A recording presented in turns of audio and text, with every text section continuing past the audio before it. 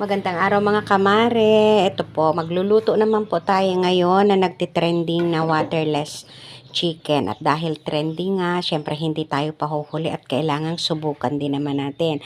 Ito na nga po pala yung aking mga gagamitin. Meron po ako ditong isang buong manok. Ayan, nahugasan na. Ito ating mga repolyo at ang ating maraming sibuyas. Mayroon tayong luya.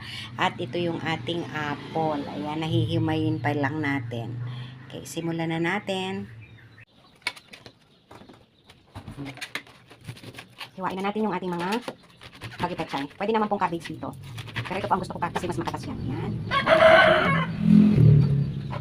Wow. At isunod naman natin itong ating mga apple.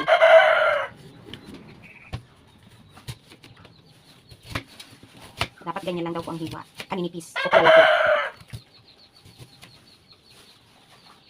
At dahil magandang ating lutuan, kailangan masarap po ang resulta ng ating luto. Kaya mag-a-assemble na po tayo.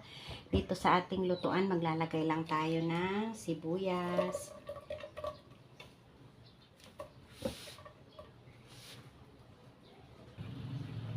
Siyempre, damihan natin para mas masarap.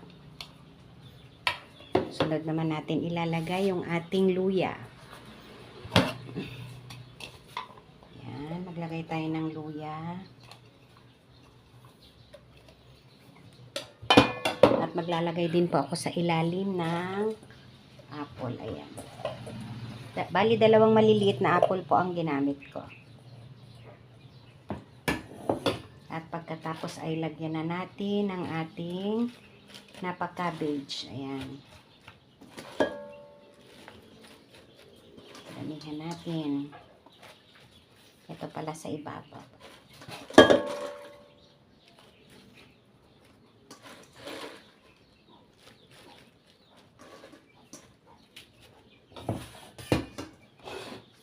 At ilagay na natin itong ating manok. Yan, lagay na po natin ang ating manok. At pagkatapos ilagay natin yung ating mga natitirang mga samya.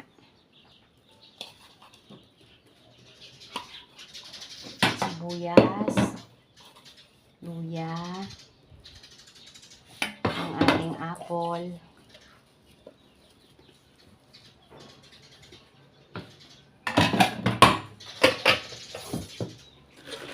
at yung ating natitira pang